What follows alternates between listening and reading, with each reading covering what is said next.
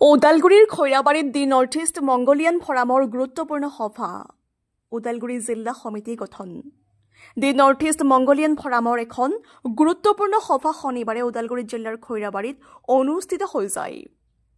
খৈৰাবাৰীৰ শ্বহীদ উদ্যানত অনুষ্ঠিত এই সভাত সংগঠনটোৰ সাংগঠনিক দিশৰ লগত কেতবোৰ গুৰুত্বপূৰ্ণ বিষয় আলোচনা কৰা হয়। এই সভাতে বিপিন নাৰ্জাৰীক সভাপতি, মানৱ বৰ্মনক উপসভাপতি, দেৱজিৎ বড়োক সাধাৰণ সম্পাদক হিচাপে লৈ ওদালগুৰি জিলা সমিতি গঠন কৰা হয়। ৩১জনীয়া সদস্যৰে গঠিত এই সমিতিখনত ধীৰেন বসুমতাৰী আৰু ডক্টৰ হেমচন্দ্ৰ কছাৰীক মুখ্য উপদেষ্টা, মহেশ্বৰ বসুমতাৰী আৰু ভুৱন বড়োক উপদেষ্টা হিচাপে অন্তৰ্ভুক্ত কৰা হয়।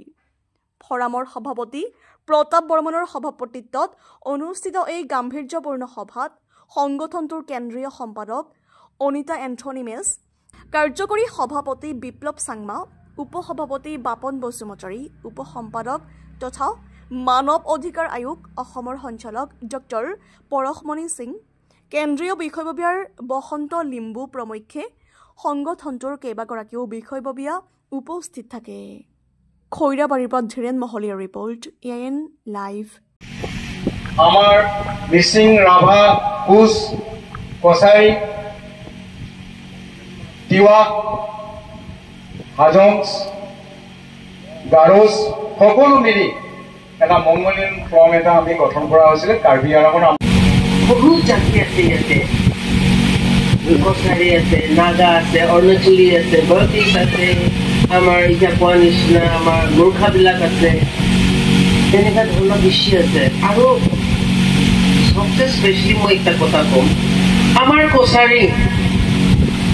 কছাৰীটো বহুত ডাঙৰ ফেমিলি আছে, কিন্তু পাথৰ একটা ওপৰত পেলাই কিনে ভাঙি যোৱাৰ নিচিনা আমি চব ভাগ ভাগ হৈ আছো দেই। মেইন কছাৰী আছে, কাছাৰী কিংডম, কিন্তু আজি কাছাৰীটো বড়ো হৈছে, ডিমাচা হৈছে, মেচ হৈছে, ৰাভা হৈছে, চনোৱাল হৈছে, এনেকা ভাঙি গ'ল। এতিয়া চব আৰু বাচি কিনে কেনেকা কাম কৰিব এইটো হয়। আজি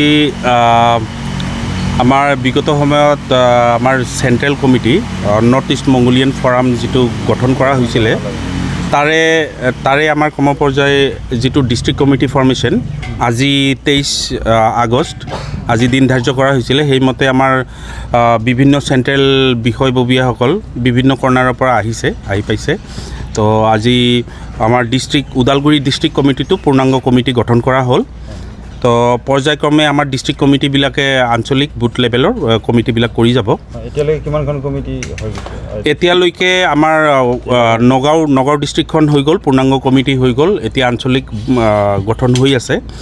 এতিয়া আমাৰ ওদালগুৰিখন হ'ল, যিহেতু মাজতে মানে খেতি পথাৰৰ কাম আছিলে, আমাৰ মংগোলিমলৰ মানুহ মেইনলি খেতিৰ লগত এছ'চিয়েট থাকে, যাৰ কাৰণে একমাহ আমি ড্ৰপ দিছিলোঁ।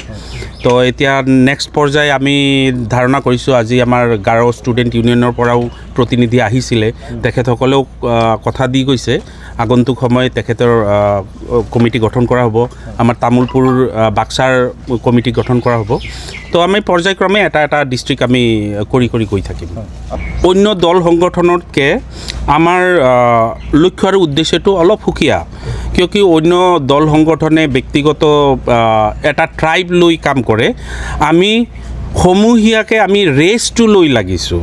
আমি কোনো ব্যক্তিগত বড়ো বা ৰাভা পাৰ্টিকুলাৰলি তেনেকুৱা নহয়, আমাৰ মংগোলীয় অৰিজিনৰ মানুহখিনিক আমি কনচেনট্ৰেট কৰি কাম কৰিব ওলাইছোঁ।